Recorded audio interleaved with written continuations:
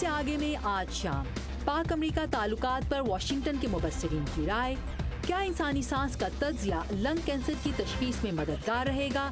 اور ملیے شارق حامد سے۔ یہ ہے وائس آف امریکہ کی پیشکش خبروں سے آگے۔ السلام علیکم and a very warm welcome from Voice of America's Washington studios. پروگرام خبروں سے آگے کے ساتھ میں ہوں عائشہ خالد۔ ہمارا آپ کا ساتھ رہے گا اب سے شام 7 بجے تک، جس دوران سیاست، بین الاقوامی تعلقات کی ٹینشنز، مذہب اور آپ کی صحت سے متعلق بہت سی ایکسائٹنگ رپورٹس حصہ بنیں گی ہمارے شو کا۔ گزشتہ ایک دہائی سے امریکہ اور پاکستان کے تعلقات میں کئی اتار چڑھاؤ دیکھنے میں آئے۔ مشکلات کے باوجود دونوں کسی حد تک باہمی تعلقات قائم رکھنے میں کامیاب بھی ہوئے۔ پاکستان میں امریکہ مخالف جذبات میں اضافہ دیکھنے میں آیا، جس کی ایک وجہ افغانستان کی سرحد کے ساتھ پاکستان کے قبائلی علاقوں میں امریکہ کی جانب سے ڈرون حملوں کا تواتر سے استعمال سمجھا جاتا ہے۔ واشنگٹن میں مبصرین کا خیال ہے کہ گزشتہ سال کے دوران اوپر تلے کئی واقعات کے باعث دونوں ممالک کے درمیان کشیدگی میں ہونے والے اضافے کے بعد اب دونوں ممالک تعلقات کے لیے ایک نئی راہ متعین کر رہے ہیں۔ واشنگٹن کے ایک قدامت پسند تھنک ٹینک دا ہیریٹیج فاؤنڈیشن کی لیسا Curtis. Well, I think both the US and Pakistan are reassessing the relationship. دونوں ممالک تعلقات پر نظر ثانی کر رہے ہیں اور اپنی توقعات کم کر رہے ہیں۔ 3 سال پہلے امریکہ اسٹریٹجک پارٹنرشپ کے ذریعے پاکستان کو قائل کرنے کی کوشش کر رہا تھا کہ وہ انتہا پسند گروہوں کے خلاف کارروائی کرے، مگر اب اوباما انتظامیہ نے تسلیم کر لیا ہے کہ پاکستان اپنی حکمت عملی تبدیل نہیں کر رہا اور کچھ ایسے شعبے ہیں جن میں شاید دونوں ممالک کبھی بھی ایک دوسرے سے تعاون نہیں کر سکیں گے۔ اسامہ بن لادن کے خلاف کارروائی کے لیے امریکہ کو اپنے اہلکاروں پر انحصار کرنا پڑا، جس سے سب پر واضح ہو گیا کہ انتہا پسندی کے خلاف جنگ کے حوالے سے دونوں ممالک کی سوچ ایک دوسرے سے مختلف ہے۔ اس وجہ سے دونوں ایک دوسرے سے دور ہو گئے ہیں۔ دوریاں بڑھی ہیں، یہ رائے تھی پاک امریکہ تعلقات کی ماہر لیسا کرٹس کی۔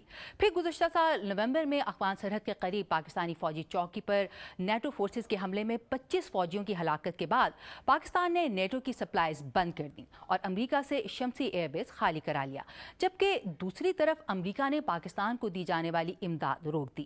کشیدگی میں مزید اضافہ ہوا۔ اٹلانٹک کونسل سے منسلک جنوبی ایشیائی امور کے ماہر شجاع نواز کا خیال ہے کہ تعلقات کو بحال کرنے کے لیے ضروری ہے کہ اس واقعے میں اگر امریکہ سے غلطی سرزد ہوئی ہے تو وہ معذرت کرے۔ چانسز بہتر ہیں اگر دونوں طرف سے کچھ چیزیں کی جائیں۔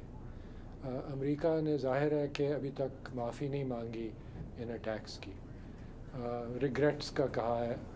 کیا مشکل ہے اگر وہ کہہ دیں کہ ہمارے سے غلطی ہوگی، اور پاکستان کی طرف سے بھی اگر کوئی غلطی ہوئی ہے اس سلسلے میں، مثلا یہ کہ اگر پاکستان نے غلطی سے پہلے فائرنگ کی تھی تو اس کا اعتراف کیا جائے۔ میں سمجھتا ہوں کہ اس میں کوئی برائی نہیں ہوگی اگر ایک قسم کی کریڈیبل ایویڈنس ہے۔ ابھی تک تو پاکستان کی فوج کی سٹیٹمنٹ تو یہی آئی ہے کہ ہم نے بالکل فائرنگ نہیں کی۔ اگر اس کی کریڈیبل ایویڈنس موجود ہے تو انہیں وہ پیش کرنی چاہیے۔ ضروری نہیں کہ سر عام امریکہ کے ساتھ بیٹھ کے، لیکن اور تعلقات کافی ہیں ابھی تک جو کہ جاری ہیں۔ مثلا یہ کہ گراؤنڈ لائن آف کمیونیکیشن تو پاکستان نے بند کر دی، لیکن ایئر لائن آف کمیونیکیشن ابھی بھی کھلی ہے۔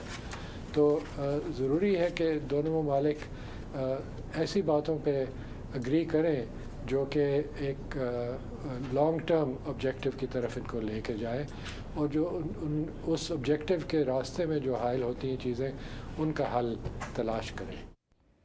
اور جہاں پاک امریکہ تعلقات میں ڈرامائی تبدیلیوں کی توقع کی جا رہی ہے، وہیں صدارتی انتخاب کا سال ہونے کے باعث خود امریکہ کی اندرونی سیاست کے لیے 2012 خاصی ایکسائٹمنٹ کا وقت ہے۔ اس انتخاب کے لیے ریپبلکن امیدواروں میں پارٹی نامزدگی حاصل کرنے کے سلسلے کا باقاعدہ آغاز ہو چکا ہے۔ 3 جنوری کو ریاست آئیوا میں ہونے والے پہلے کاکس کے فاتح مٹ رومنی کو 2008 کے ریپبلکن امیدوار جان میک کین کی حمایت حاصل ہو گئی ہے۔ محمد عاطف بتا رہے ہیں کہ جان میک کین جیسے ہیوی ویٹ ساتھی ریپبلکن کی حمایت حاصل کر لینا مٹ رومنی اور باقی کی ریس پر کیسے اثر انداز ہوگا۔ 24.6% ووٹ لے کر مٹ رومنی آئیوا کاکس کے فاتح بنے، لیکن رک سینٹورم جو ابتدائی پولز میں بہت نیچے تھے 24.5% ووٹ لے کر دوسرے نمبر پر آئے۔ اینٹی اسٹیبلشمنٹ خیالات رکھنے والے رون پال تیسرے اور نیوٹ گنگرچ جو کبھی ان پولز میں سب سے اوپر تھے چوتھے نمبر پر آئے۔